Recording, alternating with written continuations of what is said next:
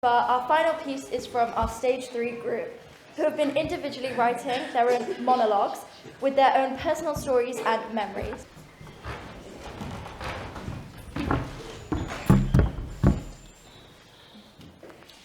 Well, of course I'll talk to you about what I found. Where do I start to tell you about this place? When I arrived here, the people were nice. The scenery was nice. Ooh, look at that. Everything was just a bit nice. So, I've joined the local council and I've convinced some of the locals to shake things up a bit. I'm thinking play parks for children. A bowling alley. Yes. Yeah, I like that. A cinema. Yeah, that works for me. And the biggest supermarket in the Tyne Valley. We need that. Yes. We need Yes. that. Everyone needs groceries, right? Anyway, I've got a dash. These plans don't hatch themselves.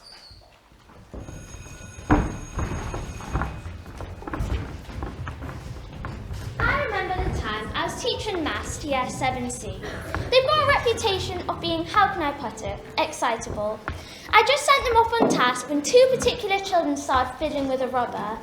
I told them to stop, but 5 minutes later they did it again. Will you stop that? This is the last time I'm going to tell you. Again, they stopped, but surprise, surprise, they did it again. So I picked up the rubber, threw it across the classroom above their heads, it bounced off the wall and landed straight in the bin. It did get my reputation as the coolest teacher of all time. So, can anyone tell me the answer to question 1? No.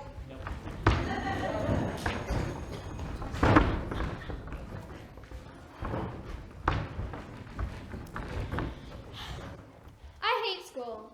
All the people there stink. I mean, not literally stink. It's just, they're rubbish. But some of them do literally stink. It's just, some of the girls there are really mean. Failure. Loser. They laugh at me, but they don't even laugh at my jokes. Do you want to hear a joke, guys? How did the cow cross the road? He moved. See? The worst thing is, they're in my class, so I can't get away from them. But the one thing that keeps me going till the end of the day is... Pizza!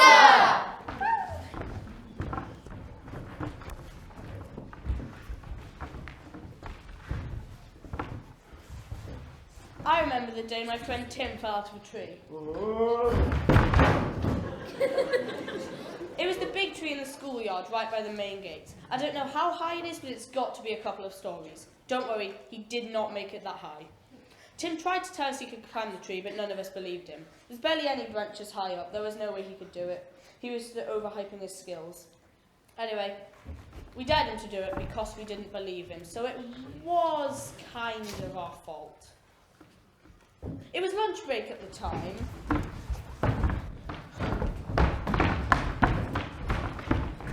When Tim decided this was his moment to prove us all wrong. Turns out, we were right. He fell. It was hilarious. He sort of just lay there on the floor for about 10 minutes. Then he spent the next 3 or 4 days in A&E getting surgery on his broken leg. But he was fine after that. To welcome him back, we hung a banner on the tree that said, "Here, Timmy fell, attempting to climb the tree." It made him laugh, but it did get us detention. I remember it every time I walk past, and it always puts a smile on my face.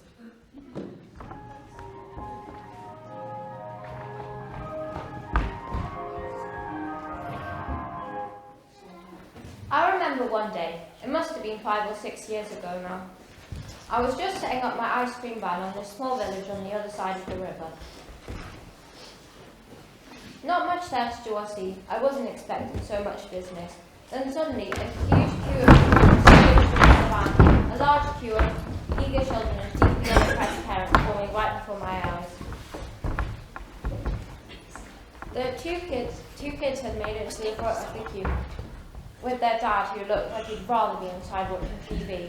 He The kids ordered an ice cream each, nothing for their dad, but suddenly the unthinkable happened. The ice cream machine broke. Yes! Not knowing what to do, I trekked across the river to a small village, sleepy old village, to be met with a queue of people that I could only dream of, and I had nothing for them. There was a mechanic in the queue who stepped up once she realised there was a problem. She had a quick look, and it turns out that only a few bolts needed tightening up. Not the free ice cream for a mechanic, of course.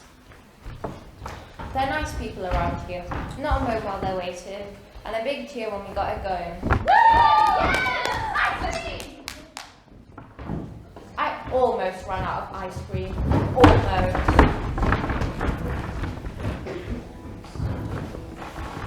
I remember the day me and my grandson made our first Airfix play model together. 15th of June 2015. He was 6 years old. We made a Spitfire together. It still had the transfers on it, and I wanted them off. My grandson said to me, we should put it in the water and they would come off. He was right. He's a clever lad. That became our tradition. Every time he would come over, we'd make models together. All sorts. Boomerang, Skytrain, Red Arrow Hulk. That became our tradition. Something that we could do together. Something that we could achieve together. I definitely think it's brought us closer.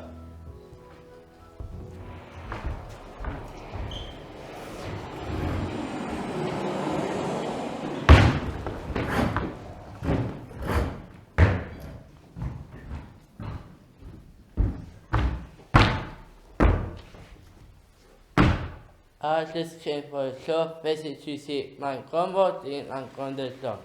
I don't see them very often because I am over here. I fly all over the world to lots of different places. I saw the pyramids in Egypt and the Eiffel Tower in France. And to see the village where I grew up.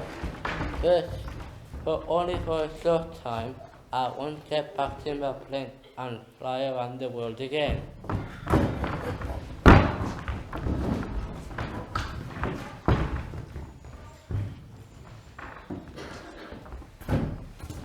I go out every Monday, mowing the grass around the village. This one day, it was sunny and there was no sight of anybody around yet. I'm usually one of the first people up. I was just finishing my second lap of the green in the middle of the village when I noticed something glimmering ahead of me. I stopped the mower and went over to have a look. It was a ring. My mind started racing. Look, solid gold with a beautiful red rose diamond on top. I'm rich. Oh no, I should have probably washed my hands before I picked it up. I was just too excited. I'd better get home. The grass can wait. Oh my god, it was so cool! What did you think it was? I heard gold. I heard gold and diamonds. Hey, everybody! I found a ring!